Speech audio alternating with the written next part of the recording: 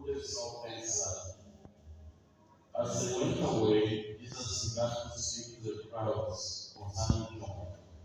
What did he go out to the wilderness to behold? A reed shaken by the wind?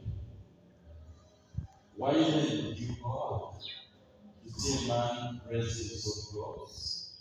Behold, those who wear the soft clothes are in king's houses. Why then did you go out to see a prophet? Yes, I tell you, and more than a prophet. This is he of whom it is written, behold, I send my messenger before your face, who shall prepare your way before you.